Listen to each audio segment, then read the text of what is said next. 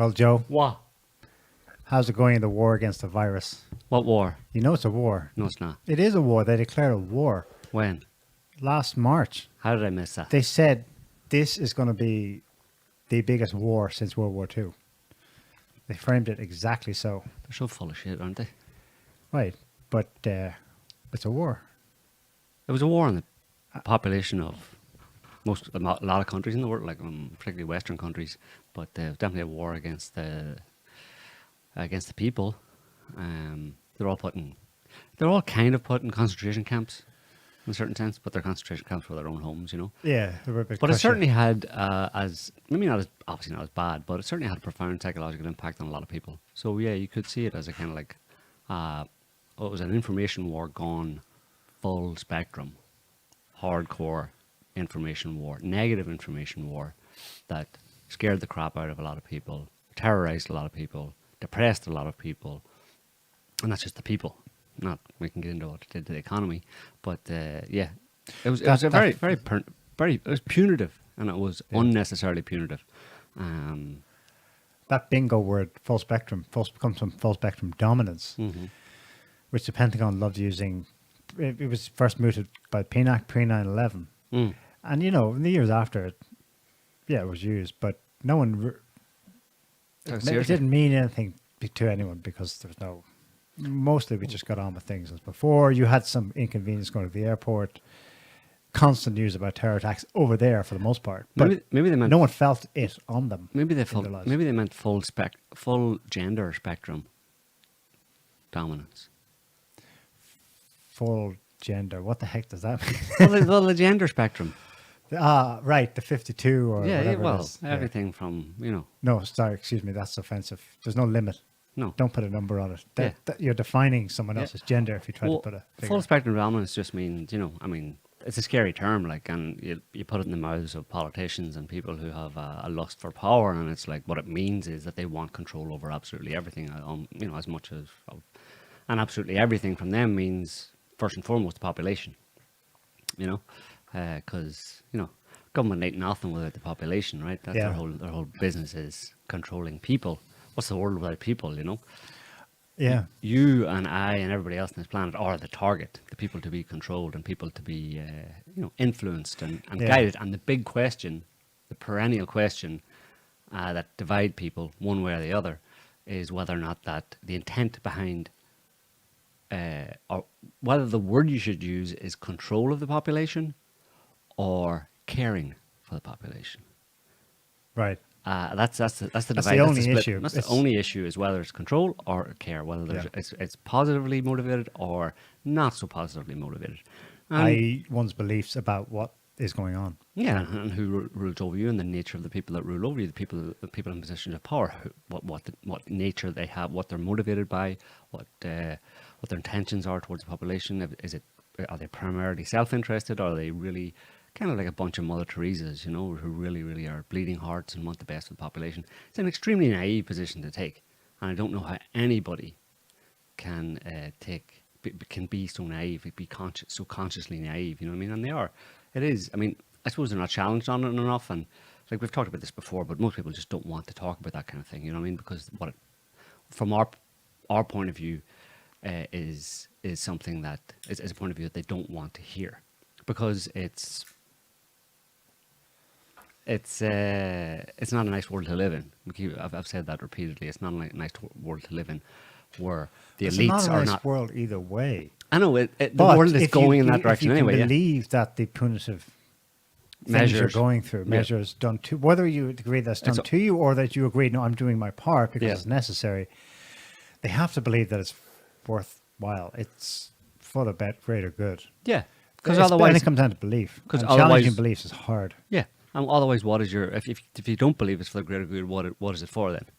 It's for some ulterior, negative, you know, evil intent. And who wants to live in a world like that? So most people don't want to believe in a world like that. And of course, they don't have any evidence. I don't have a lot of evidence that there's any direct evil or pernicious intentions towards them from government. They don't have direct evidence of that, right? It's all couched in, because of course it's going to be that way. That's the whole problem. It's going to be in the world we live in today, it's going to be presented to people as for their own good. Someone who wants to control you, and for not in an unpleasant, and not for your own benefit, for the benefit of the person controlling you, they're not stupid enough to say that's what they're going to do. They're going to present it to you in a way that gets you to comply, gets you to agree to do it. Mm-hmm. And it's up to each individual then to either see through that or not see through that. And what better way than to use forceful language? I wasn't being facetious when I said war, because that's the kind of language that is used and has been since the outset. Yeah. And that's what's the first thing we want to look at today. The fullest expression of using war rhetoric in this situation, ostensibly a public global health crisis, is the use of the military. Mm-hmm. The thing that caught our attention first was the use of the military in Australia, Mm-hmm. which is arguably the most upfront about it, so to speak. The military has been used in many countries in a support role, officially and in practice. In Australia, it's a bit different. Officially, it's unclear as to who's leading the current operations, and there you go, military term, operations, in terms of the vaccine rollout. The government's been asked, the elected democratic government's been asked to clarify that issue. They bounce reporters over to military spokespeople and vice versa. That ambiguity is like frightening. That's why, well, we speculate that's probably it. Is there a relationship between how serious the military-like operations are in Australia with the actual paralegal setup they have there at the moment to deal with this global health crisis? So do we have video? We want to hear this guy. Okay, so this is the Australian General last July Mm-hmm. at a brief press conference opening a war games exercise, but it's not exercise. No, it was an operation, military operation to deal with the Let's- vaccine rollout. Yeah, Let's Australian military. We'll hear him YouTube. describe it. Australian military YouTube. Yeah. No, not this one here. We're going to come to that in a minute. Do we have the YouTube video? Yeah. Australian military YouTube. No. Nope. Yeah, you sent it to me. I sent it to you. It's under Australian military. Ah, there it is. It's from last July. Everyone, to the initial COVID-19 vaccination plan war game. I really do appreciate all of your participation and look forward to the engagement today particularly, but also to working closely with states and territories in particular into the future. I'll just hand over to Lieutenant General Fruin for some opening comments. But before I do, could I just make sure that everyone's on mute in the outstations, please? Thank you very much. Good morning, everybody, and welcome to the war game of the National Campaign Plan for the COVID vaccine rollout. I think today is a really significant and important event. We have done the review of the national program, and what today really represents now is an opportunity for us to understand all of the states and territories' particular approaches to how they will achieve the rollout in your own jurisdictions, but to then nest that with our national approach. What we want to do today is to go through. Okay, and off he goes. We won't listen. It's 20 minutes presentation in military jargon, but he said it all with the title of.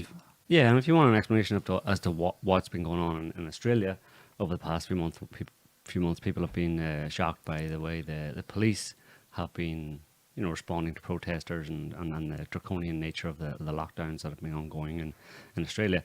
Well, a reasonable explanation would be that it's all founded or based on military tactics against the population. And it's for the greater good, for your own good, I mean, and it's not only Australia, it's happened in Canada. If you show that JPEG on Canada military, it's a screenshot of the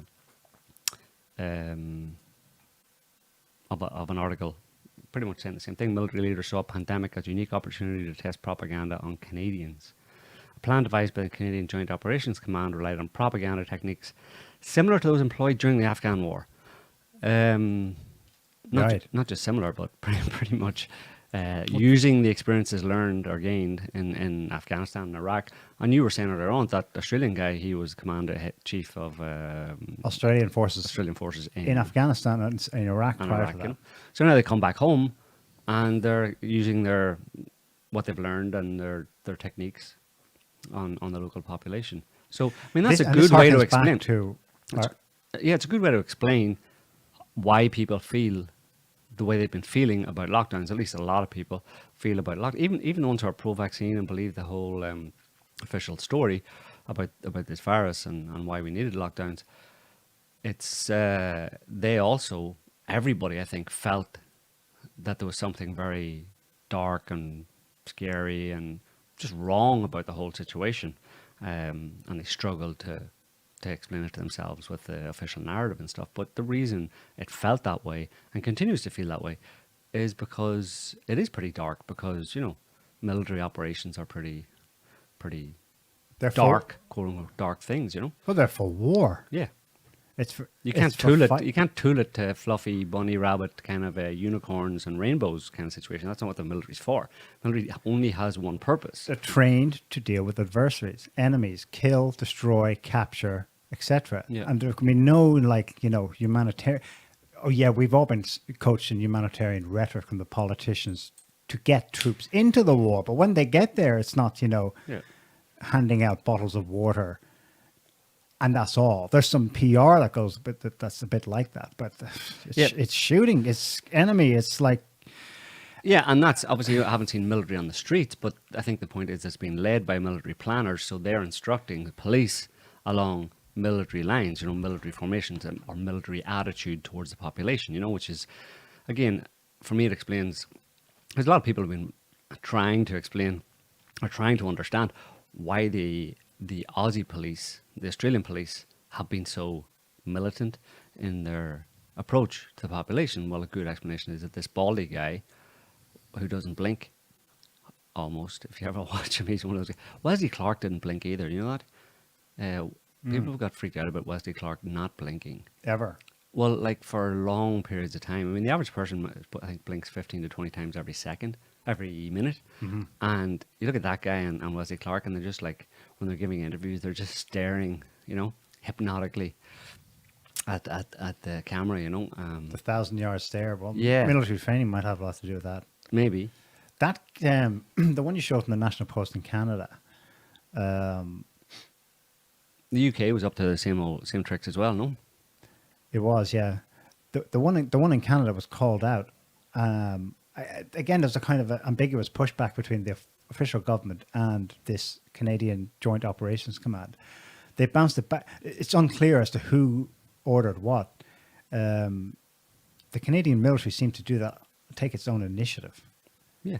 Well, they were allowed to by politicians. Suppose politicians stepped back and said, "Okay, over to you," or allowed it to happen. At that point, there's not really much input, I suppose, from civilian input from politicians. Once you hand it over to the military, they know what they're doing. Let them carry on and do what they're meant to do, And again, not directly, because again, you haven't seen military on the streets in a lot of places, but you have seen police acting in very heavy-handed ways against the population, and and of course the police can do that, but particularly in Australia, it seems there was definitely a military feel behind the whole thing, Yeah. Similarly, in the UK from the beginning, we've got a couple of slides on this from forces.net, so it's the publication of the UK Armed Forces. Mm-hmm. This is from January. Both of these are January. You can pull up either one. Yeah, January 7th this year. Army to use battle preparation techniques in vaccine rollout.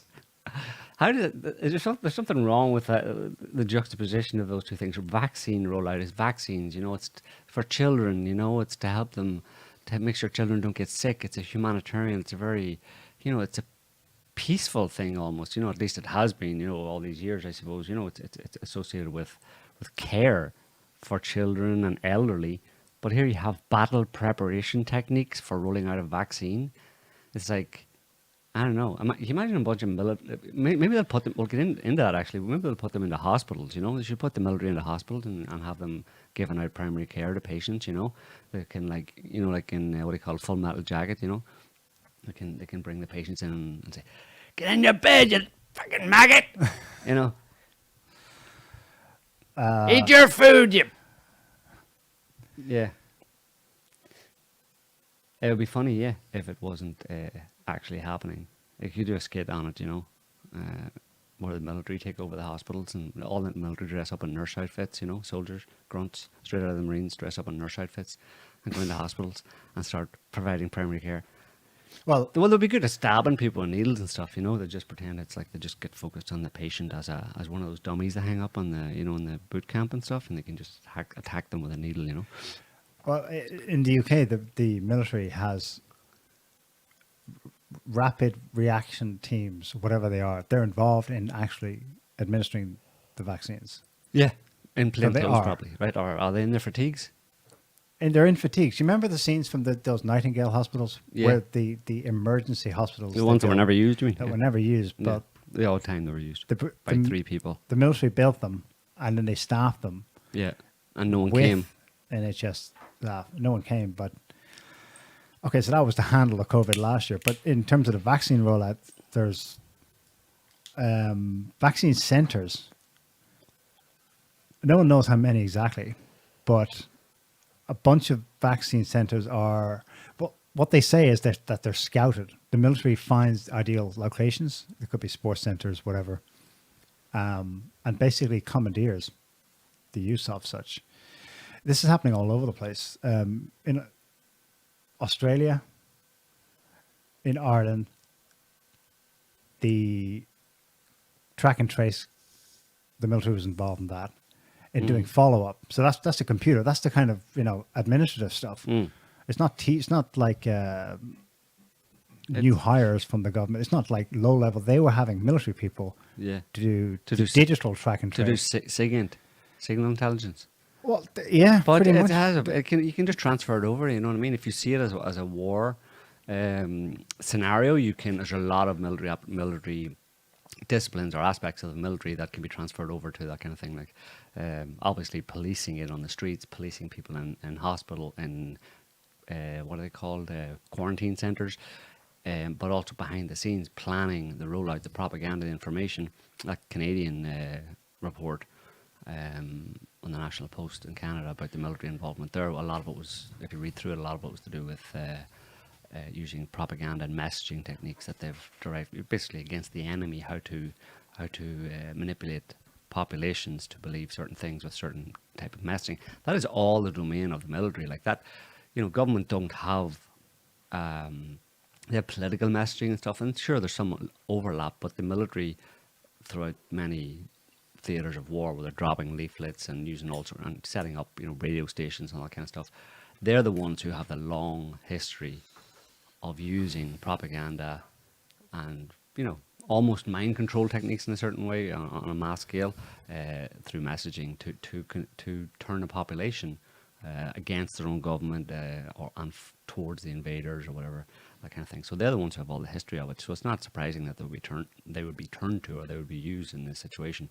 But it is surprising and shocking that the government decided that this was actually like a war scenario, you know, and the messaging even from the government at the time about this was a war against COVID, that you know, this invisible enemy that we had to fight and stuff was just set it all up. Yeah, we should have seen it at the beginning. It should have been clear at the beginning when they're using those terms that the military was operating in the background, you know.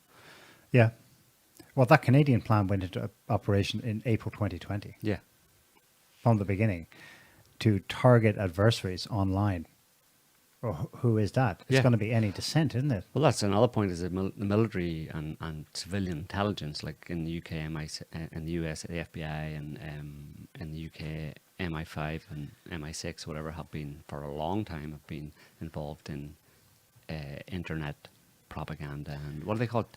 Creating dynamic narratives. Shaping dynamic narratives to influence people's opinions and ideas and what they believe to be true and not true on the internet. The military, well, civilian intelligence there you have a close overlap with military intelligence. There's there's not much to choose between them going back a long time. But The 77th Brigade in the UK Armed Forces. right, 77 period, yeah. Yeah. Let's look at the other report from forces.net, also from January this year. That's some more details. Okay, so this lists and details in some of the areas. Armed Forces personnel are helping the NHS to roll out a COVID-19 mass vaccination program. Scroll down a little bit. You can't, I'm afraid. It's just a screenshot of the headline, but I have the article content here. We'll also add this in the show blurb, the show notes, so people can check this out. It begins, the British military is engaged in a battle, again, the rhetoric, against the virus. Confirmed as the, quote, biggest ever homeland military operation in peacetime. And that's the case for all of the countries we're mentioning here, the Five Eyes, and we'll talk about Israel in a minute, is by far. And in that respect, this is the biggest anything for the military in all these countries since World War II. Mm-hmm. Even bigger than, the War on Terror. The War on Terror, they sent, in the US's case, they sent a lot of troops over there. But at home, there weren't this many troops like around the time of the riots in US cities last year. They had National Guard, but there's much more military involvement in initially last year and also this year in vaccine rollout program. The Forces Net goes on to say the British Armed Forces are rolling out a COVID-19 mass vaccination program alongside the NHS. It's just a supportive role, but they're actually also administering injections themselves. If some dude in military fatigues comes at me with a needle, it's going to be a problem. All 29 facilities for the vaccine rollout program in Scotland were built by the military. Right. Built or, acquired. So they sussed out a location and, I don't know, they can just rent it. Yeah. Or just commandeer it. Well, it's happening. I mean, it's happening more recently in New York as well. Let's just play that. What's her name? Kathy Hochul? Kathy Hochul, New York I don't governor? know how to pronounce that. Hochul, the whatever. substitute governor. Yeah, the unelected governor, which is, par for the course these days, really. Unelected governor. It's a YouTube video. She was Cuomo's number 2 for the whole term. Number 2 in what? Years. No, so she didn't know anything about it? Number 2 in what way? Well, she was the deputy governor. Yeah. What else? Anyway, we're talking about Cuomo here after all. But she survived, obviously. Yeah. We want to hear her talking about GAD first. No, we'll do that afterwards Okay. because this is what she's setting up to. This is explaining what New York has to do during a deadly pandemic. One of the factors being you have to fire 72,000 nurses during a deadly pandemic. Makes sense. Don't think about it too much. It makes sense. Just shut up and believe. Go ahead. Today is a significant deadline. It reflects my priority to just stop this virus dead in its tracks. We are over it. We are done. We want to move on. And the only way we can do that is to ensure that everyone is vaccinated, but particularly individuals who are taking care of the people who are sick. My job number 1 in this state is to keep people safe. Clear, simple. There's no way to cloud that. There's no gray area. I need to keep people in this state safe. And we'll be nation leading with our mandate, which strikes at midnight tonight when everyone is expected in a hospital in the state of New York or a healthcare facility to have been vaccinated. I will be signing an executive order to give me the emergency powers necessary to address these shortages where they occur, and that's going to allow me to deploy the National Guard, who are medically trained, Pause there for a second. Think about what she just said. I have just signed an executive order to give me the emergency powers necessary to deploy the National Guard into hospitals. So I just signed a document that signed by me telling me that I can do this, i.e. deploy the National Guard into hospitals. Cool. If it works, yeah. Deploy. Yes. Not the use of that language. Yeah, they're going to parachute them in. And strikes at midnight. They're going to come out of helicopters in through the windows of hospitals and bust in and throw out the unvaccinated nurses out the windows and take their places. Have that on. Inside sources told me that's the way I'm going to do it. Anyway, next one. Carry on. Retired who may have had a license lapse, bring in people from elsewhere. That is not my first position, though, my friends. My desire is to have the people who've been out there continue to work in their jobs, work in them safely, and to all the other healthcare workers who are vaccinated, they also deserve to know that the people they're working with will not get them sick. Stop. Okay, just do the JPEG. Do you have the JPEG? Maybe you don't.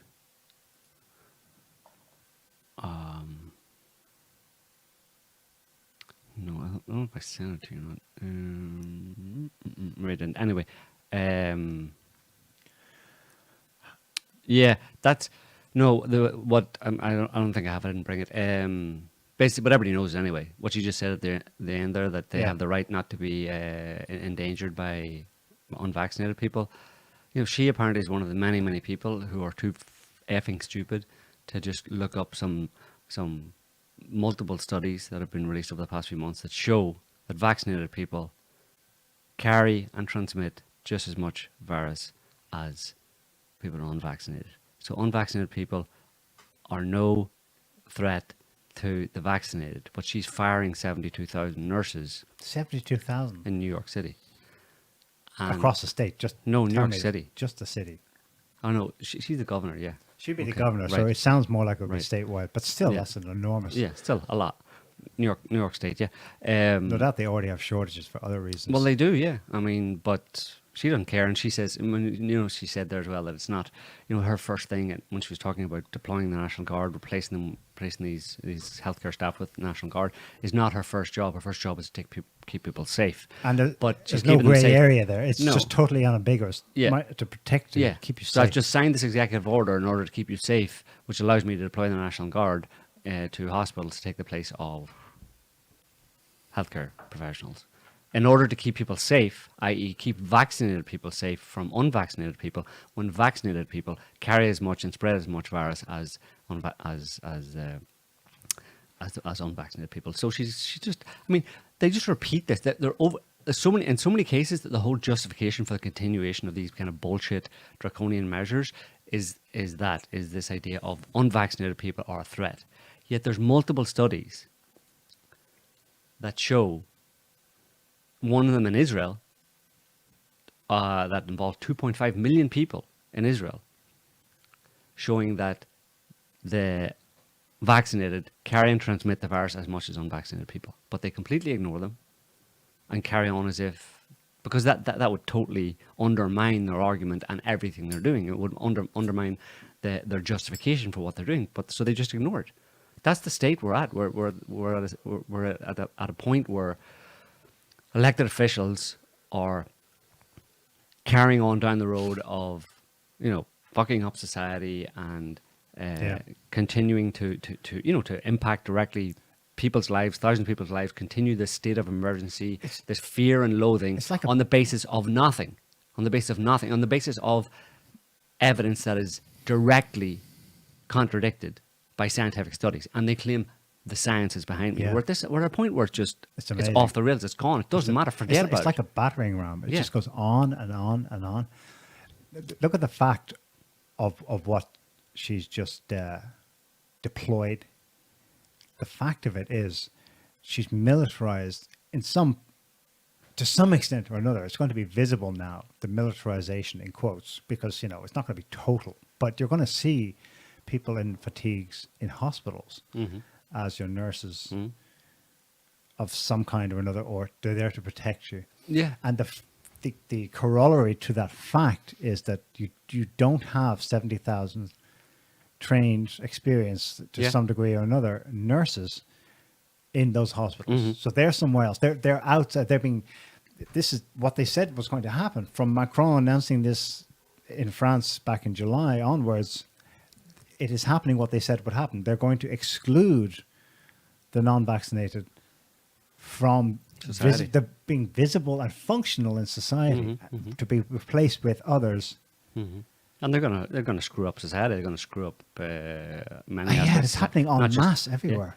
And economically as well, it's going to cause the same measures are. We'll talk about it in a little bit again, just briefly. But the economic impacts of the measures they've been imposing under this kind of dodgy, barely plausible pandemic are going to have serious economic impacts down the line. But Kathy Hochul,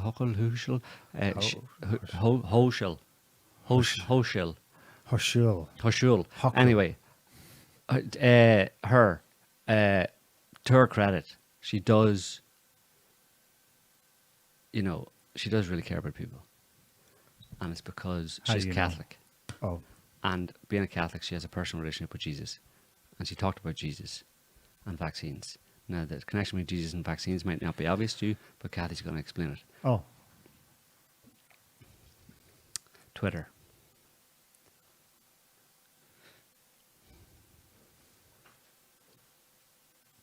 Too many tweets. Too many tweets. New York Governor, Jesus loves vaccine.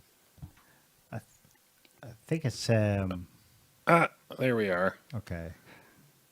Clown World Today, the only channel to see on Twitter. I prayed a lot to God during this time. And you know what? God did answer our prayers.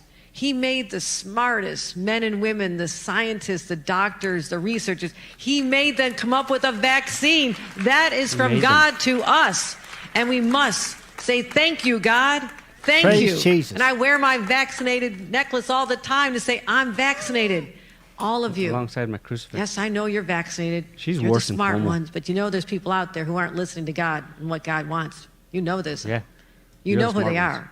You listen to I God. need you to be my apostles. I need you to go out and talk about it and say, we owe this to each other. We love each other. Jesus taught us to love one another. And how do you show that love?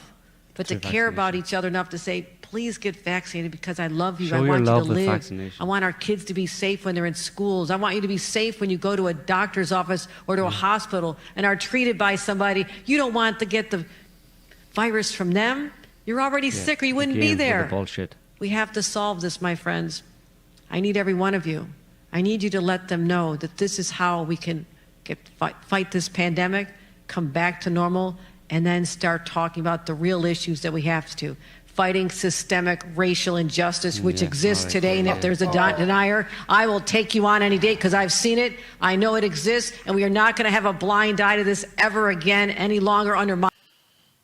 Yeah, Jesus. I'm glad she stopped there. That's a dangerous The combination. parable of the vaccinated. I don't remember that in the Bible, in the New Testament. The parable of the vaccinated. Is that a lesser known parable of Jesus? Parable of the vaccinated versus the unvaccinated. Was that where Jesus found an unvaccinated woman and the crowd wanted to stone her, and he said no, and he said washed, no. washed her feet and Stabbed her in the arm. and he jabbed her himself. Yeah. Yeah. I haven't read the New Testament in a long time, but it could be in there. But yes, she's That's some toxic combination. God told me. Yeah. Yeah. Like if she believes, plus, she's a battering ram of political power herself. She's Yeah. a career politician. That is a dangerous combo. yeah, it's shameful. It's shocking.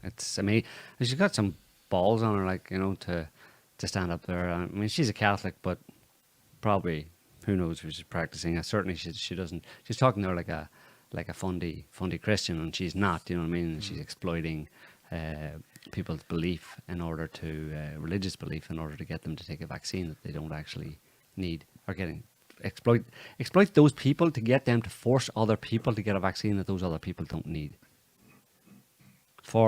It sounds Basically, like- it it's sounds for like money. she- Ultimately, yeah. it's for money. She's pushing it, and they're all pushing it for money. So she's using Jesus as if Jesus, almost like it was a parable of Jesus about, in order to push vaccines, in order to enrich herself probably, or people she knows. And Well, didn't Jesus throw moneylenders out of the temple or something? among other things. Did he throw her out of the temple? Can he throw her out of the temple? Can he throw her out of office? When is Jesus coming back to smite her? Does Jesus smite, or is that only Yahweh? I don't know. Anyway. There's so much going on there. It makes me go cross-eyed. I want you, she's speaking to the converted. I want you to be my apostles. Yeah. And to go out and to love your neighbor, to do what you can to get him or her. But she if said it you again. don't, I want you to shun them. Implication. And that's what Jesus would do. That's what Jesus would do. And she used you don't want to get the disease from them. Again, she's talking to people who are all vaccinated, obviously, and she's making the claim that these people are in danger from unvaccinated people after you've been vaccinated. So what good's the vaccine? It's just there's no facts anymore. You know, there's no data. There's no truth in any of it. It's all just people Except for, like I said, the consistency of this battering ram of must vaccinate. Like, to the point of, like, we wondered about this years ago, you know, how far would they go? Because the powers that be always seemed to have one foot in the reality of not upsetting the apple cart to the point of hurting their own financial interests. Mm-hmm. And or if they were even more, if let's giving them some leeway that they're bigger than simply what the bottom line of their bank accounts is, not upsetting the apple cart of basic social cohesion. But, well, that debate's answered, you know, in the last few months as to what they are willing to do. Yeah. 70,000 nurses, which are badly needed, exposing, of course, the lie of a deadly plague. A deadly pandemic, yeah. That requires all hands on deck and the nurses being heroes and stuff like that. Yeah. And on and on. But, okay, well, they can just overlook that. They're willing to, okay, get lost. The lot of you, just get the F out of here, bring in the military. Fine. We don't need you. Yeah, well, going back to Oz, Australia for a minute. There's I don't know if people know, but the Australian, you probably heard about the Premier, who's kind of like the governor of one of the states. There's five states in Australia. The country's divided up into 5 states, about 4 or 5 million people, and more or less in each one, or whatever. And there's a Premier, a governor basically of that state, and the governor of New South Wales, which is the most populous state in Australia. She resigned just a couple of days ago. Well, let's hear. Her name is Gladys Berejiklian. She's of Armenian descent, and she resigned because of a corruption probe that was announced about her. Now, here on the YouTube video with the timestamp on it, this is her just very briefly give you a taste of her attitude towards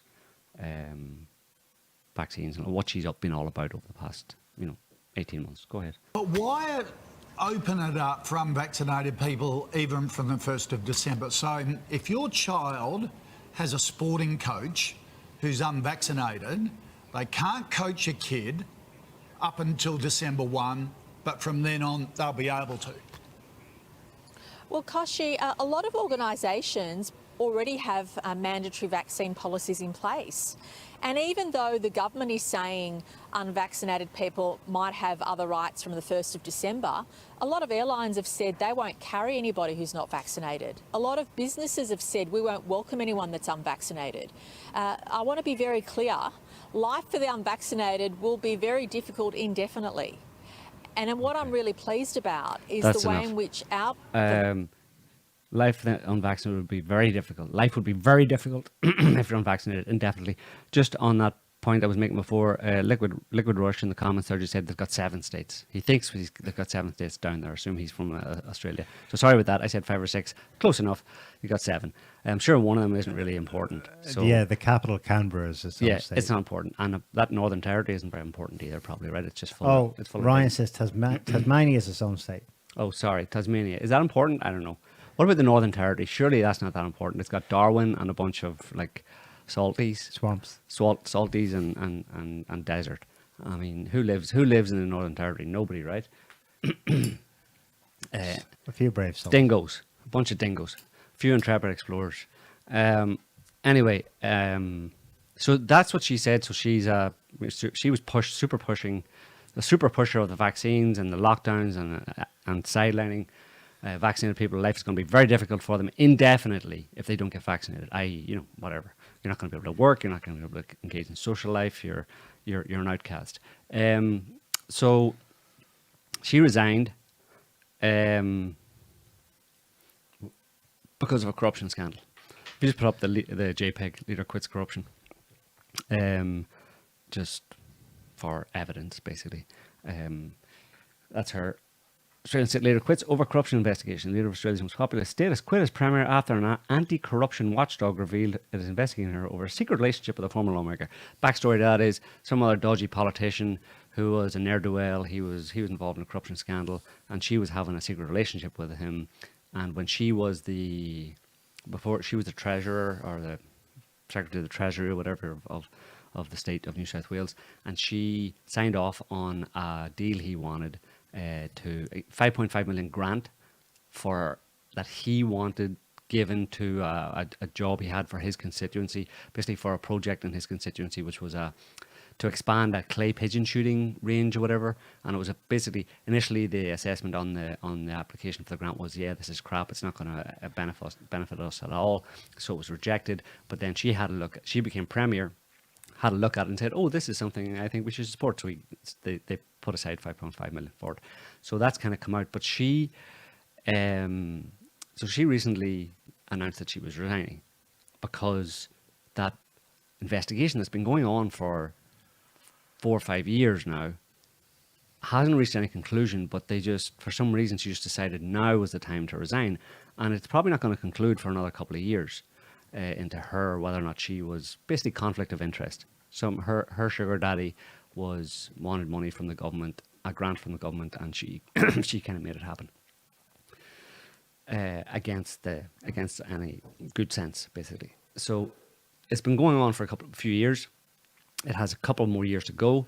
There's no, it's not clear that she will be, accused or prosecuted or whatever. But now she decides to resign, which is strange because she should have just kind of like brass necked it and carried on and said, I'm not resigning. Well, wait until the final investigation reaches its conclusion, and then we'll see. And she could have continued on as premier, essentially governor of New South Wales. But she just up and said, well, I got to go. Sorry, it's breaking my heart. I got to go. I love everybody. I just wanted to vaccinate you all, but I'm not going to be able to. See you later. But there's another aspect of this. There's a guy called, I can't remember his name. Anyway, he's a politician, a former politician and a big businessman in Australia. He's kind of like part of the furniture in a way in Australia. He's well known. That's just the MP4 Scotty. Just play that. He did this 2 weeks ago. He gave this kind of presser, I suppose, 2 weeks ago. Just play that part. What's his name? More concerning Lewis. to me personally is the fact that both Pfizer and AstraZeneca would not allow their products to be sold in Australia unless the Australian government gave them a full indemnity. That if they killed anyone or maimed them, they wouldn't be responsible, the government would be. So I find that a very disturbing thing, that the government didn't take the view and say, well, if you're confident in your product, you should stand behind it. Clive, what would you say right now to the people of Sydney, New South Wales, 1,600 cases, 1,800 cases a day, whatever they're up to at the moment. It's horrible what's going on, and there's people dying in hospital. Yeah, We've seen people die in hospital. They're not dying of fake disease, they're dying of COVID-19. You're up here today, it's irresponsible. Well, I don't believe that, But what would you say to those business owners that can't open their business because I would say it's terrible. Their Premier's telling them that the only way out is a double jab, and that's what they're being told. Yeah, I'd say that Premier's lying to them. I'd say that she's under an IPAC inquiry, that a particular lobbyist in Sydney controls the Liberal Party in Sydney and has told her that the only way she gets out of that inquiry is if she pushes the double jab. And his clients are AstraZeneca, and his clients are Pfizer. That's what I'd say. Okay. No, So that's... hold on. Well, keep going. If you let me answer your question, I'll answer it. You're just answering with bypass. That's what you asked me. People that are trying to open their businesses. Oh, shut up, you stupid idiot reporter guy. Well, if you don't want me to answer the question, I'll answer the question to start with. That's what I'd tell them, and I'd say that what the Premier's telling them is not true, and that policy shouldn't be locked down. Businesses should be open, and the government's using this as an excuse to destroy them, and they know that. Do you think that the Premier of New South Wales wants to destroy business? I do. Why would she do that? Because it's her economy. Because she, as I tried to explain to you, that she's being directed by a lobbyist in Sydney who's being paid by AstraZeneca and by Pfizer tens of millions of dollars to get these policies through to make sure the vaccine is pushed. That's why. You asked the question. I gave you the answer. And that's my personal knowledge. And I'm happy to make a Personal statement knowledge. here to police or to anyone if they want to know what's going on. But that's all. Well, I'll be doing that, but they'll be named. But not only that. So basically, he's talking about the Premier, that woman, Gladys Berejiklian, who just resigned, and he's saying, this is 2 weeks before she resigned, saying that he has personal knowledge of the fact that she is pushing vaccines on the basis of Bribes. Lobbyists in Sydney who are taking tens of millions of dollars from Pfizer and AstraZeneca representatives to put pressure on her to push the vaccines with the promise that she would get out of this corruption scandal that she's involved in if she does that, if she plays ball and pushes the vaccines as she has been doing, like a very, very good girl. And there's a lot of money. I was tens of millions of dollars being given to lobbyists who are then spreading it around to whoever in different ways. You know what I mean? So the fact that the answer to the question is why she just walked out a couple of days ago and said I resign when she didn't really have to, comes 2 weeks after this guy said what he said, which is accused her basically of being involved directly or indirectly with lobbyists' money from AstraZeneca and Pfizer to push the vaccine mandate, and that she would get out of her corruption probe if she played ball. And he said that the former politician, businessman guy who said that he has personal knowledge of this, said that he would tell it to the police, he'd tell it to anybody he would provide evidence to the police and anybody who wanted to know. And a couple of weeks later, she just walks out and says, "Bye-bye, I'm gone." Right. Well, this guy, someone in the chat room suggested it's Clive Palmer. Clive Palmer's his It name. suggests he has some clout then, that she was worried enough to fall on her sword. For sure, yeah. For what she probably wouldn't have fallen on. No, but otherwise. isn't it handy how you can have these Because that's the big corruption scandal. scandals Yeah.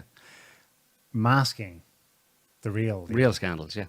Yeah, for sure. And that probably goes to explain an awful lot of politicians everywhere being battering rams. That is being replicated There's so around much the world. cash awash in the coffers of Big Pharma. We've mentioned this before. Since 9/11 and the war on terror, remember who were the big lobbyists back then? By far and away, it was big oil, followed by defense contractors. Armaments. Now, dwarfing them 2-1, way ahead is Big Pharma. That'll explain an awful lot of politicians being just, battering rams. God told me to tell you to be my apostles. Yeah. Actually, no. My bank account told me to tell you. Yeah, or people who have dirt on me told me to tell you that you need to do this, you know. And politicians treat ordinary people like idiots, you know. And my question, I've always had this question, is whether or not they're right to do that. Because there are an awful lot of easily manipulated people out there and childlike people out there in the population. And politicians accurately see them that way and think that, well, we're just going to manipulate them. There's going to tell them what they need to hear and get them to do what we need them to do. And, you know, they'll be all right. And, you know, but they're feathering their own nest. They're justifying their own jobs. They're enriching themselves in one way or another and with money or with power or whatever in doing that. So they're not well-intentioned towards the population. And you can see on the basis of this entire pandemic issue that none of it has been in the interest of the ordinary people of this world. They've all had a very bad time and for no good reason whatsoever. Like we keep saying, I know it's 18 months now, but back at the beginning of this, not long after this whole alleged pandemic started, it was very well known that the only people who were in danger from this virus were people who are very old and almost invariably with 1, 2, 3 or 4 comorbidities, people at a very late, with a very short life expectancy, and these are the same people who would be in danger of many other viruses. But suddenly they had to be saved at all costs, and the entire population had to be locked down for 18 months and the economy screwed over. Why? Because of, well, as we've seen, there was a plan from fairly early on to try and vaccinate the entire population of the globe and make some people extremely wealthy, and also give other people who have a tendency or a bent for just controlling the population, getting people to do what they want them to do. It served their interests very well as well. So, I mean, you know, I don't know. I know there's a lot of people out there who don't agree with us and stuff, but I've checked with myself. When I think about it, I can't come up with any other more rational, logical, obvious answer to this entire situation than that. That's a problem of power, corrupt people in positions of power attempting to enrich themselves or gain control and power over their population, the population. It fits, it maps to reality, and it's the best explanation as to why what has happened. But, of course, there's all sorts of other naive, childish narratives out there that people prefer to go with, and they can go with them if they want. But it's a very dangerous game to play. Because if I'm right, or if we're right, and it is what we say it is, then you're just, like I've said before, being led down the garden path to somewhere not very pleasant. You're not going to find yourself in a very good position if you put your trust and faith in people of that corrupt, let's say, sociopathic nature, who don't really care about the ordinary people. And of course, people who don't care about other people, when they want to get something from them, will tell them repeatedly, we really care about you. Jesus cares about you. We're just doing this for your safety. We're trying to keep you safe. No, they're not. The only person responsible for keeping you safe is you. And if you shirk that responsibility, you're in trouble. Inevitably, you're in trouble. Yeah. But people can listen to that advice or not. Bottom line is free will. Do what you want. You'll find out. Okay, we've seen draconian measures in New York State last week. The consequence of draconian measures in New South Wales in Australia. Let's cross now to California last week. We've got a screenshot of a headline from San Francisco Gate. Gavin Newsom mandates COVID vaccines to attend school with no testing alternative. Mm-hmm. And I pulled this out from the article in last week's SF Gate. There is no testing alternative to the mandate, and students who are not vaccinated can remain enrolled in independent study but cannot participate in in-person instruction. In-person instruction. That's part of the new normal lingo. I hate it so much. In-person instruction, yeah. That he can stay at home with the mask on and Skype or Zoom That weird into class, but that's it. You're not coming into the building. That weird in-person instruction thing. Who does that anymore? I know. It's a privilege, and we will dole it out depending on your social credit. Yeah. You'll get to see other people if you're good. Oh, yeah. And, well, it's funny, putting him in California after what we just talked about, New South Wales, and Pfizer and other big pharma companies. There's another guy who's, well, I won't say it because I'll be speculating without any evidence, but you can read between the lines. Do we want to look at the Biden booster shot? Let's do that just quickly, just so people, in case anybody doesn't know, in case this is a teaching moment. They call it a teaching moment. Some asshole used to go on at me about teaching moments. Very obnoxious. Whenever he disagreed with me, he'd tell me, okay, this is a teaching moment. Who's going to school me by giving me a teaching moment? I just wanted to nuke him. Anyway, yeah. Where's Biden? Show me Biden. The leader of the free world. As everybody knows, the leader of the free world got vaccinated at the White House the other day, right? That's what happened. Vast amount of people know that the leader of the free world got his booster shot, his third vaccine. You can see he's at the White House. He's at the White House. You have the White House through the window, and those the leaves. room is white. Yeah, it's white, and there's a flag, and Biden's there, and it's stuff. Yeah. So anyway, yeah. Let's see We it are happen. helping. We're doing more than every other nation in the world combined. We're going to have well over 1,100,000,000 shots, and we're going to continue going. Really? We're going to do our part. We've also given a great deal of funding to COVAX, which is the vehicle that does this. So we have plenty of opportunity to make. He has no sure idea what's going on. Everyone in the world to play our part, the largest part in the world of getting everyone vaccinated. Oh, We are helping. We're doing. yeah, very good. Okay. And I go to the next one, which you can see from there. That's not the White House. Oh, it's not the White House. What is that? It's some shitty room somewhere with a stage and reporters all around. Biden's basement? It's the bunker, yeah. It's the Situation Room. No, it's probably a town hall or something like that, somewhere. I don't know. Who cares? But obviously, it's like only a very small part of the White House, and it's made of plastic. And of course, Joe Rogan got in trouble for suggesting that he probably wasn't given a Pfizer booster shot. The Because idea, what happens if something of goes course, the idea, but that's, I mean, doesn't everybody know that?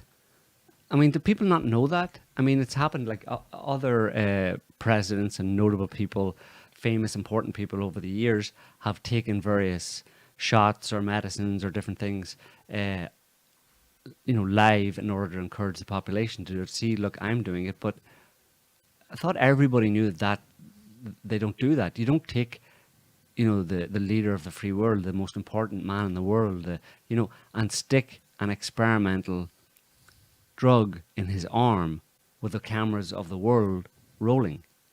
Because, especially one that has, however small, the possibility of a fairly immediate adverse event, i.e.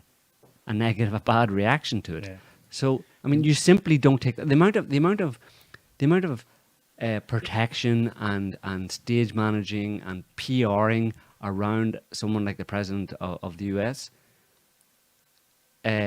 is it's ridiculous. I mean, it's managed down to the letter. Is every word. So you think anybody is going to take anybody who manages Sleepy Joe, who kind of gives him a sedative at night or whatever, and his uppers in the morning, who they think they're going to put him in front of the world population and actually give him an experimental vaccine and risk him starting to froth at the mouth or something and fall over and, speak in tongues or something. It's ridiculous. It doesn't happen. It's propaganda. Yeah. I mean, do we really have to go that far? Are people so stupid? Are there so many people who are so stupid out there that they can't see even that far to realize that even from the point of view of like just being responsible in a certain sense, or being, doing due diligence and making sure that, that kind of thing doesn't happen, that you wouldn't give him a vaccine, and that he obviously didn't get a vaccine. So what are we meant to assume then? That he was prepared to take the vaccine, but he couldn't because of health, well, because of, presidential protocol or PR protocol or whatever. What are we meant to, I mean, the conclusion has to be that, first of all, obviously not the White House. Second, he didn't get the vaccine. Right. So what do you say about it? That's it. Do you get excited about it and tweet about it or something like that? And do you actually believe that it's happened? Well, you get hauled up for being a conspiracy theorist for suggesting it. But everybody knows that this goes on all the time. Is that the definition of a conspiracy theorist? Someone who points out the screamingly obvious? That everybody, that is pure logic and even... Well, no, it's probably very expansive. Now it's anyone who casts doubt on the reality and need for response to that reality of anything to do with this. So what if you're a good citizen and you're smarter, you know better than to believe that Biden actually got a Pfizer booster shot there, you shut up. You'll be quiet because the message has a purpose, and the purpose is to all those hesitant people out there to hurry up. So it's admission then that a lot of it is being done based on lies then, and exploiting people's gullibility. Propaganda for the greater good. For the greater good, that's what it is. So like if Biden went to China and he's there with President Xi and he's sitting eating a bowl of noodles and he's tucking into the noodles, and if I say probably those noodles came with him on Air Force One, he didn't take the noodles that Xi's chef gave him, that's a conspiracy theory and I need to shut up. No, everyone knows that. But that's the same logic applies to the vaccine, to the supposed vaccine that he got. But they would never want to undermine So just belief you in know the it, but safety you shut of up. the vaccine. But everyone knows that a foreign adversary, in quotes, could potentially try to poison. And a vaccine can potentially poison you. There's plenty not of if it's reports. made by our companies, and we never want to undermine. Not if it's a saline solution. Well, it's Or if obvious. It's a no-brainer, of course. Cast your mind back to the first photo op in January. I remember it well. Presser around the first nurse in the United States to receive the Pfizer vaccine. She faints! And then not immediately because she's afraid of needles. A few minutes later, she freaking collapsed in front of the cameras. Mm-hmm. It was a disaster.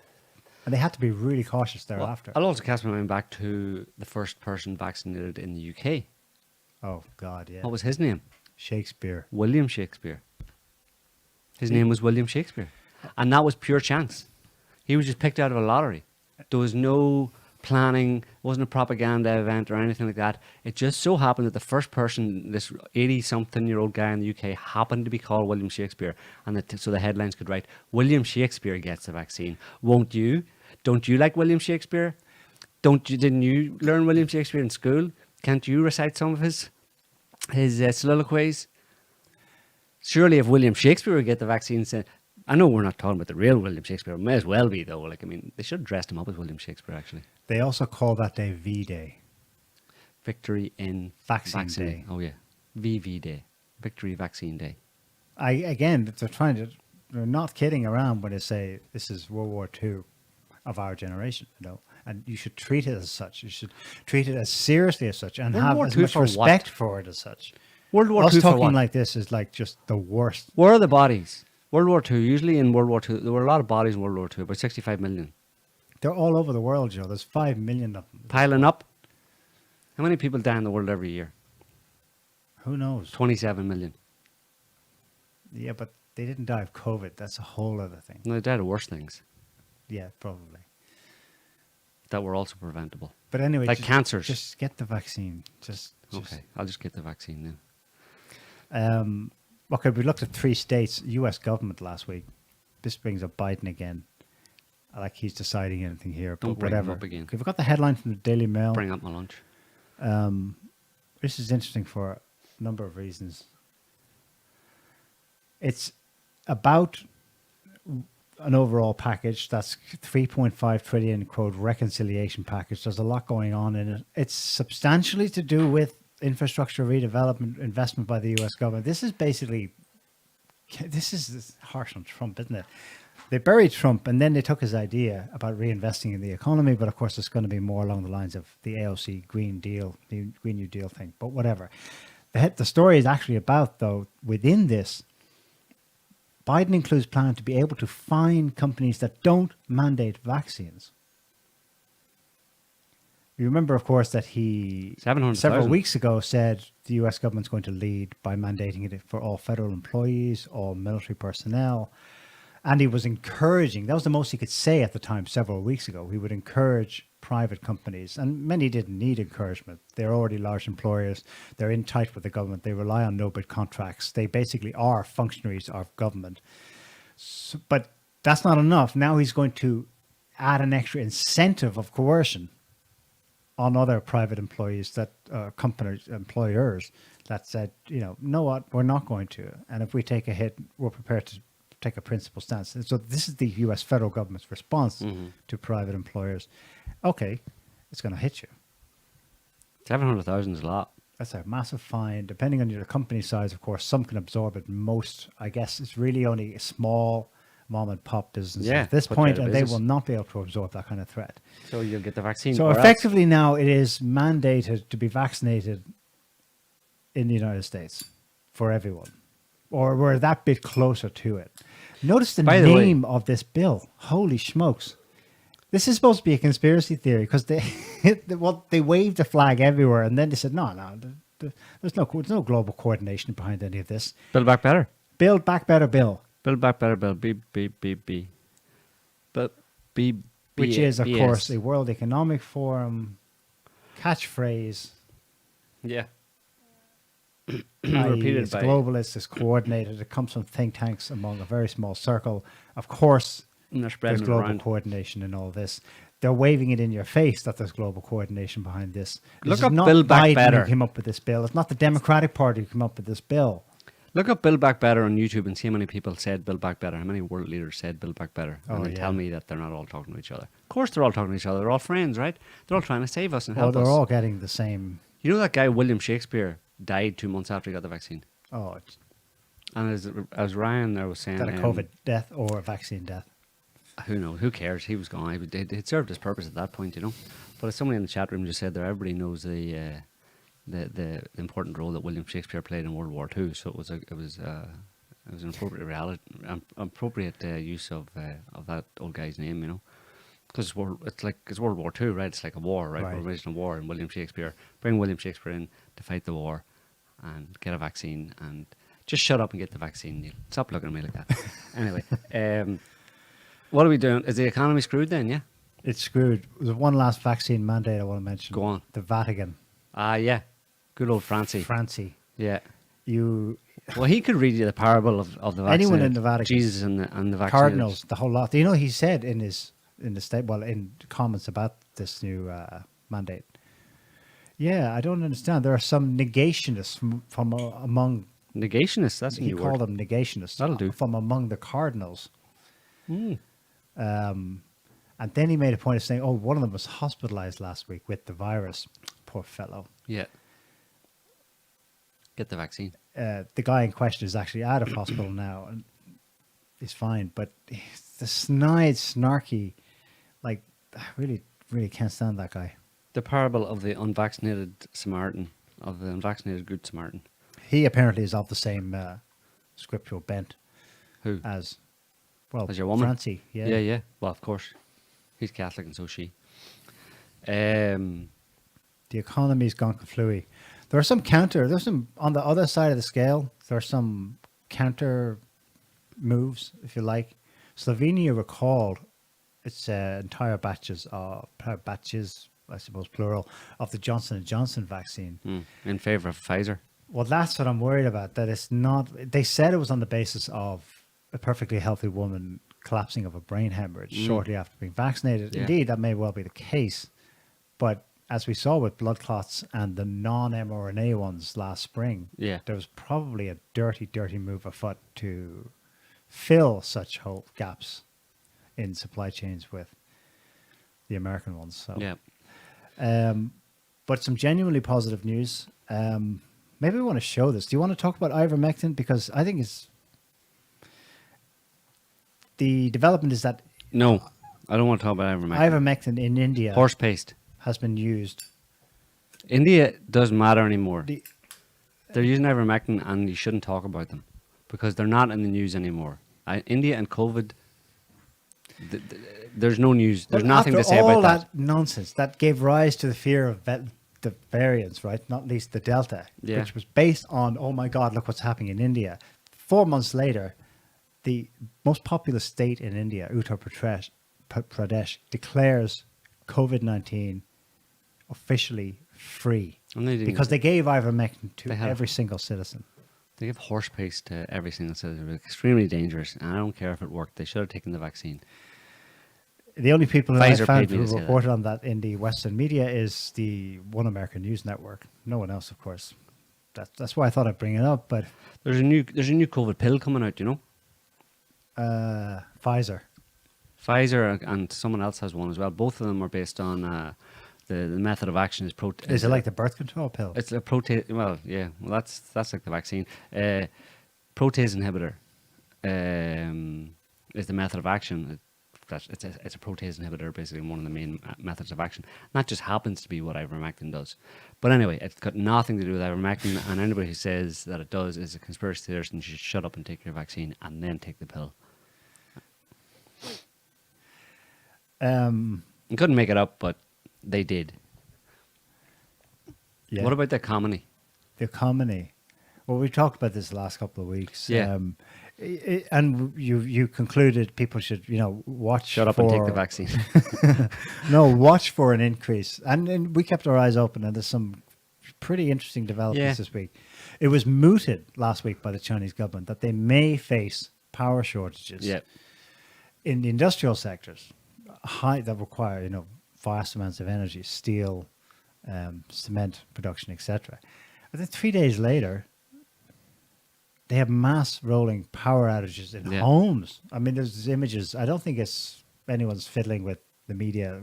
Sometimes you have to double check and wait to see what's coming out of China because it can be hyped up as we learned last year, with dead bodies falling in the streets. But it does look legit. They had, honest to God, power shortages in this northeast, very heavily populated. That's where Beijing is. If China has power outages and its factories can't produce, then,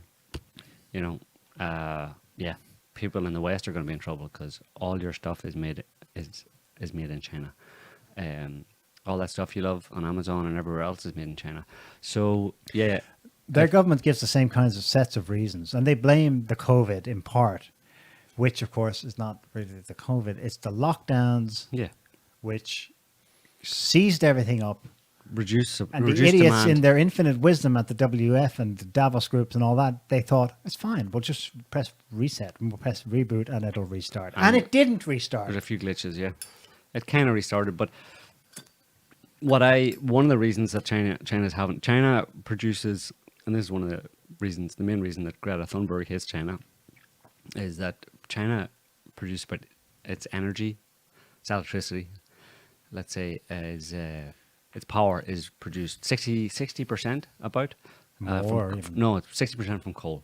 It used to be more. It used to be like 80 plus, but now they're reduced down to about 60% coal because that's an indigenous resource they have, and it's kind of provides a certain amount of energy independence. 60% coal, something like 15% oil, 15% gas, roughly, and a few tiny amount of renewables, tiny amount of, because everybody produces a tiny amount of their energy from renewables, despite what everybody thinks that we're going to go into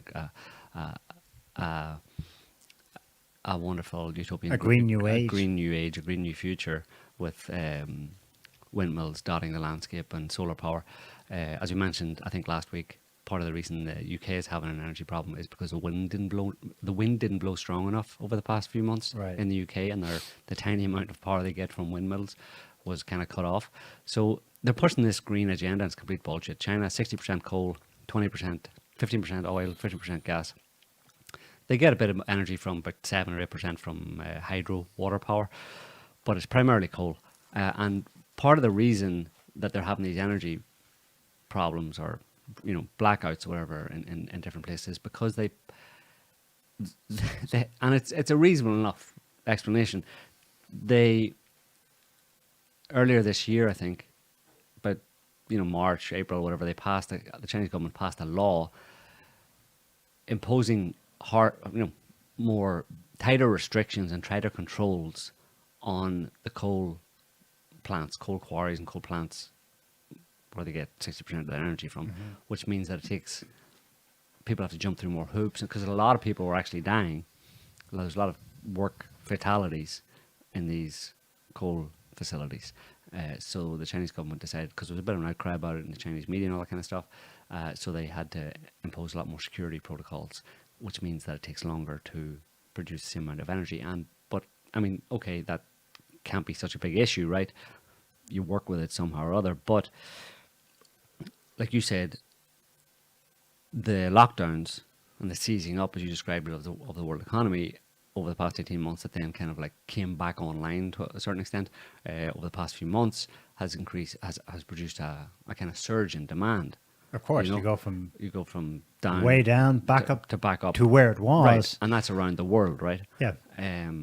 So that causes them to kind of they're having to produce more over a short period of time, but they can't because these new rules say they have to do A, B, C, D, E before they can. Have to go through a different.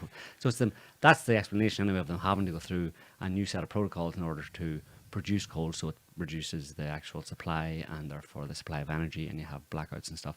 But also the entire global economy, there's a greater demand because of lockdowns on energy sources, and China, if it can't get enough from coal, it's looking to oil or gas, and it's a competitive market basically. You know what I mean? So they're having trouble. Basically, the general explanation of the general conclusion is that China and other countries are having trouble getting access to energy resources because of the last 18 months, and because of other little various different reasons that contribute to it, and it's causing a shortfall in supply. It doesn't take much to create a shortfall in supply. Any little glitch in the work somewhere along the line can cause a shortfall in supply. We're not saying that's all it is, because we think that the impacts of lockdown, and it's complicated, like we've said before, and we don't want to talk too much about it because we don't really know. It's something you just have to wait and watch and see what happens. But the UK government has said there will be turkeys for Christmas. There's 25% of the gas stations in the UK, petrol stations in the UK, are pretty much empty. But there will be turkeys for Christmas. But you won't have anything to cook them with. There'll be no way to cook them. So, turkey carpaccio. Turkey carpaccio it is for Christmas. They brought in Michael Gove to save Christmas. Yes, he's a turkey. You should cook him. Yeah, I read that too. A quarter of gas petrol stations, yeah, are dry, nothing. Yeah, and then half are lacking one of either petrol or diesel. Right, and they're saying it'll continue on to Christmas and through Christmas. So there's a lot of signs and symptoms. People just have to watch and keep an eye on what's happening. So but contrived it's or not going that away. really has bitten in the Yeah. UK. That's no longer like headlines trying to convince you. That is the actual state of play right now. Crystal ball time is that it's going to continue. You'll see, not necessarily an increasing amount, but a continuing reports on, maybe, supply chain problems, product shortages, energy price increases, Yeah. food price increases over the next few months up until Christmas, until at some point some kind of, and then there's also that whole 3.5 trillion stimulus, or not stimulus, project, the infrastructure bill In the US. in the US that hasn't been, they have to raise the limit on government spending in order Right. for that to be passed. And that's something, there's a possibility of a government shutdown like there was under Trump and all this kind of stuff. So there's stuff to watch over there. You got to watch what's going on in America in terms of whether or not they raise the limit on the, they have to, But but they always have. they always have, but you never know. They could drag it out and not raise it. And there could be a government shutdown and blah, blah, blah, And, blah, a, right? and a hiccup they don't So expect. watch comes that in. happening. Watch China, energy issues in China, shutdown of factories. Watch Or the Chinese transport. cities gone dark. Like, Yeah, watch transport Already. look up shipping, ship tracker or whatever. You can keep an eye on Ship Tracker. It's a website. I don't know if it's called Ship Tracker, but it's a shipping tracker website, and you can just, it's like the flight tracker websites, but it's for ships, right? It's for maritime traffic, and it shows everything on any with a little whatever GPS all around the world, But you can reduce it to just tankers and cargo ships. You can just reduce what you see, and you can get a look at all the different major ports around the world and see the amount of cargo ships that are stuck, because it shows you ones that are moving and ones that are anchored. And you can see today even that a lot of them are anchored off off Los Angeles, off New York, and off Chinese ports. There's quite a number of them all anchored off port because they can't get in, because they have to wait their turn. But the ones that are in port, clogging up the port, can't offload their cargo containers because there's no people. There's a shortage Yeah. of labour to offload them. And there's not I've enough space to offload them, to put them, because there's other cargo containers. It's like a chain, There's cargo containers sitting on the dock, and no one's coming to take them away because they have to have transport to come and take those away to make space for then the cargo on the ship sitting in the dock to offload theirs into that space, and then that ship, when it's offloaded, can leave, and then another ship can come in. It's a chain of things that totally can easily seized get up. Yeah. There's aerial photos of Chinese ports, like from super high up, with huge snaking lines Yeah. of trucks. They're just sitting there. Yeah. They can't get in. They Right. can't get out. Yeah. Same with the ships. It's bizarre, like how it just seized up like that. Yeah. But the thing is, this seemed to carry on. Well, it did. It was easy to carry on during 2020 because when you reduce everything down, the space, the logistics, things can still cross. Right. But when it's like, okay, reopen, it just went, Yeah. blue screen of death everywhere. Speaking of gas prices, they're still going up. This week beat last week's record high for what, $1,100 per something. Yeah. Anyway, EU gas prices continue skyrocket, 5% up on last week's. Yeah. Like we What said, was that about pork in the UK? Oh, there's a slaughter backlog. Get your head around this. There's a slaughter backlog. There's animals that are ready to be slaughtered for food market now. But there's a backlog that will force the producers, the farms themselves, to cull in place because they can't get them to. And here again, it's labor shortage. Similar to what they're saying with truck and transport shortage. Everything is interconnected, and this reset, this great There's a lot of- reset, has just completely, Yeah. as we said it would at the time. March 2020 is like, this is going to break civilization. But the people who are advocating the Great Reset are happy about that. They realize that what is a reset? It's like a shutting off and a shutting down, and then a period of chaos and mayhem until you can restart on a new footing. So these things happening don't upset. So is it the Great happening on the Reset footing people. they sought? Well, they don't care. Is it They going know, to plan? they This? know How it's much is going. You know, in the details, they're not going to know exactly where it's going to go. But what if they say things shutting down? Then they're happy about it because that's part of the Great Reset. How do you reset something without shutting everything down, without stopping everything, and then restarting, rebooting it on a new footing? You have that implies, and on a social scale and the world economy scale, it implies,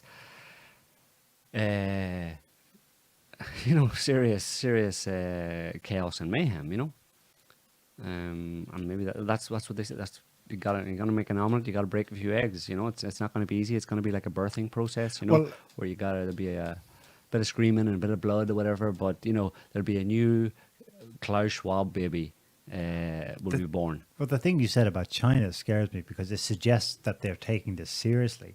You suggested that new government requirements were introduced But that was just for as far safety. as greening or No, cleaning our health, coal no health and this year. safety. Health and safety. Okay, whatever. There has the result of making it harder to get, and it's going to China's it's going to be economy's- cleaner once it's okay. No, Here it is to market. Not necessarily. No, not cleaner. It's purely the analysis I read and I mean I looked into it a little bit. And It wasn't the green issue. It was a no, health it was and health safety. and safety. It was Okay. right. There were large numbers of people dying on the job at Right. coal plants, extracting and burning of coal because of the regulations, and they had to do something about it because it was a national it was becoming a national scandal, and they had to put in all of these new regulations, and they claim that has caused a slowdown in the production of coal, on which China relies for 60% of its energy. Let's look into Indonesia now. Indonesia has a lot of coal, and it's paying top dollar to Indonesia to import coal. So China's economy is growing. I mean, you know, there's still a lot of, as much, at this point probably, as much economic activity going on around the world as there has been, you know, year on year is probably continuing to increase. Well, China will officially grow 3%. Exactly. But they need more and more energy to fuel that growth. Yeah. And it is, at least in the way China has been operating, Which means is the room for marginal changes gets smaller, Yeah, which means for sure. introducing a lockdown Yeah. affects with your margin Yeah, for sure, yeah. big time. Yeah. Well, let's see how Germany's getting on, because Germany, of course, is facing the same problem Yeah. as everyone else. So what is the German government doing about it? Maybe they're, I don't know, speeding up Nord Stream 2 to make sure there's sufficient gas supplies? Does that any sense? Let's have a look. Scotty, can you pull up Germany blackouts? With blackouts looming, German government holds disaster preparation day, promotes, quote, cooking without electricity. Okay, so the German government is not doing anything about it. They're just telling you to... Wait, what? Look at the first line. What is she doing? The demand for the transition to green power has left much of Europe at risk of blackouts. Never saw that one coming. You know what? We're going to just ditch our nuclear power. We're going to ditch our coal. We're going to ditch the gas. We're not going to let Nord Stream come online, and we're just going to build more windmills and solar panels. And, you know, 80% or 90% of the German population will have no heat. But look how happy she is. I know, look. Well, she definitely had a smile on her face. That's some candles over a flower pot. So instead of Good trick. proactively finding alternative sources for heating, German state authorities are teaching the public to heat their homes with candles. Is that a warning? Disaster Protection Day. So instead of doing anything about it, they're doing PR. They're just like, safe, you know, everything's going to be fine. Disaster Protection Day, they called it last Saturday, with instructors in the city of Bonn teaching citizens how to get by in the event of a, quote, long power failure. Yep. This winter. Okay, let's have an ad. This is an ad they put out on TV. German federal government. Shows you how I to think do it. it's- Yeah, play that. I'm freezing. What'll I do? If only Putin was here with his Russian gas. Oh well. I'll just set this plant pot on fire. I'll tape my windows. I'll put some tinfoil up in my windows. I get a flower pot and matchsticks. And now I can invite the neighbours around. Come on in. Are you cold too? I've got a flower pot. This is awesome. Yeah, and that was the that German old granny translation. just happened to have a flower pot and the properly sized bolts and nuts Yeah. and everything. Yeah, Just, yeah. you know, like in her kitchen drawer. For sure, yeah. Doesn't everybody? Everybody does. Those Germans, you know. German technology. Yeah. So The Civil Protection Office for Germany will soon release a targeted strategy addressing, quote, stockpiling. Well, that's not a bad idea. Extreme weather, power failure. stockpiling what? Didn't say food, energy. But why the hell isn't the government doing that? It is. That Well, is the it can't- government. No. No, it's encouraging you to do it in Yourself. a subsistence style. Well, there you go. But that woman in an apartment will not be. The gas may be shut off. They're that's- telling her, and but there's nothing that's- we can do about that. But we can instruct you on how to use a flower pot and candles. That's the way government does it. They spend your whole life creating a dependence in you on the government to take care of your every need. And then they do what they And- accuse Putin and of then- doing and turn the power down in the middle of winter. And then they turn around and say, you know what? You're on your own. And you go, but I didn't learn anything. You're meant to take care of me. And they say, sorry, suckers. And they melt away into the hedge like Homer Simpson. That's what's going to happen. Anyway, that's crystal ball stuff. We'll see. Like we say, we just have to keep watching and keep an eye on that part in particular, because that really is the only thing. You know, vaccines, vaccine mandates, yeah, blah, blah, blah. The thing that's really going to impact people is some kind of an economic foobar. Foobar means, for people who don't know, fucked up beyond all recognition.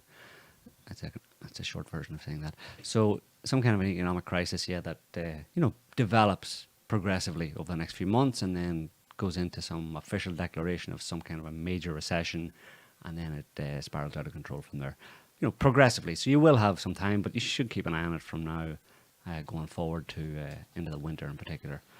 And stay safe and shut up and get vaccinated. Think that'll get this video. It'll keep this video online. Yeah, If I've said like shut up and get vaccinated 5 times in one video, does it get to stay on YouTube? I hope so. I hope so. Actually, what people need to do is, Scotty, shut up and kill zombies. Or shut up or keep calm and kill zombies and get one of these mugs.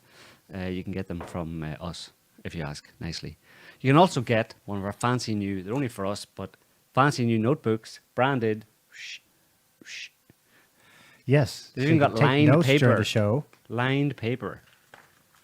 Straight from China. Ooh. If you want one of those, just hit us up. Yeah.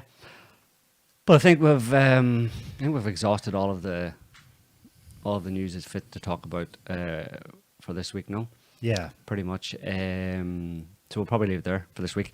Thanks for y'all for listening and for watching and for chatting and for commenting, and smash all the buttons. And yeah, if you're watching this after it was live, go ahead and comment. Feel free to comment, because apparently commenting is good.